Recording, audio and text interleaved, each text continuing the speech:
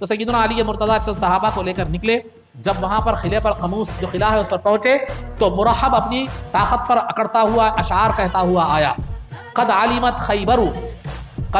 خیبر انی مرحب شاک السلاح بطل مجرب.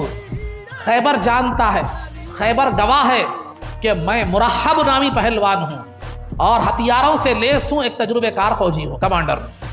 یہ کہتا ہوا اپنی طاقت پر اکڑتا ہوا آگے بڑھا. اس کے بعد سیدنا علی مرتضیٰ رضی اللہ تعالیٰ عنہ آگے بڑھے یہ کہتے ہوئے کہ انا الذی سمتنی امی حیدرا کلیث غابات کریہ المنظرا. میں وہ ہوں جس کا نام میری ماں نے حیدر یعنی شیر رکھا ہے، اور میں جنگل کے شیر کی طرح باروب اور جو ہے نا روب والا اور ہیبتناک اور خوفناک ہوں دشمن کے لیے.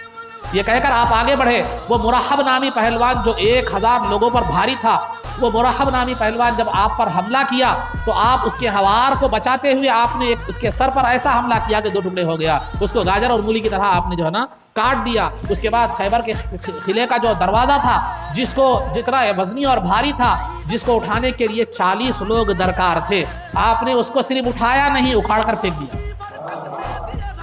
پھینک دیا. یہاں بھی اگر مادیت کے نظریے سے سوچا جائے تو جو ہے نا وہ جو مادہ پرست مسلمان ہوتے ہیں وہ جو ہے نا پریشان ہوتے ہیں کہ جو ہے نا وہ کیسے ممکن ہو سکتا ہے کہ 40 لوگ جس دروازے کو صرف اٹھانے کے لیے درکار تھے، اتنے دروازے کو زمین سے گاڑا بھی ویسے ہی گیا ہوگا. اس کو اتنا وزنی دروازہ چپ زمین یوں تو نہیں رکھا گیا، اس کو گاڑنے کے لیے بھی اتنی مضبوطی کا اختیار کی گئی ہوگی، اتنا بیس جو بھی ہے اس کو اتنا مضبوط رکھا گیا ہو. ایک آدمی کیسے اکھاڑ سکتا ہے؟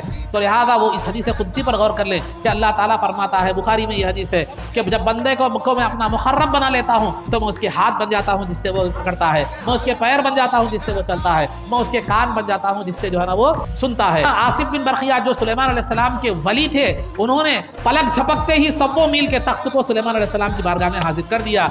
تو نبی جتنے افضل ہوں گے ولی بھی اتنے افضل ہوں گے. پھر سرکار کی امت کے اولیاء تمام امتوں کے اولیاء سے افضل، پھر یہ خیبر کا تخت اکھاڑنے والی ذات ولی نہیں، سید الاولیاء، ان کے لیے کوئی بڑی بات نہیں ہے. اللہ تعالیٰ نے جسے روحانی قوت عطا کر دیتا ہے، ہم اس کا اندازہ مادی فکر کے ساتھ اس کو اندازہ نہیں لگا سکتے، کیونکہ مادیت ایک الگ چیز ہے، روحانیت ایک الگ چیز ہے. مادیت کو روحانیت سے کمپیئر کر کے ہم سمجھ جو ہے نا نہیں سکتے. تو لہذا عقیدت اور محبت اور روحانیت کے نظریے سے دیکھا جائے تو پھر جو ہے نا یہ کوئی ناممکن بات نہیں.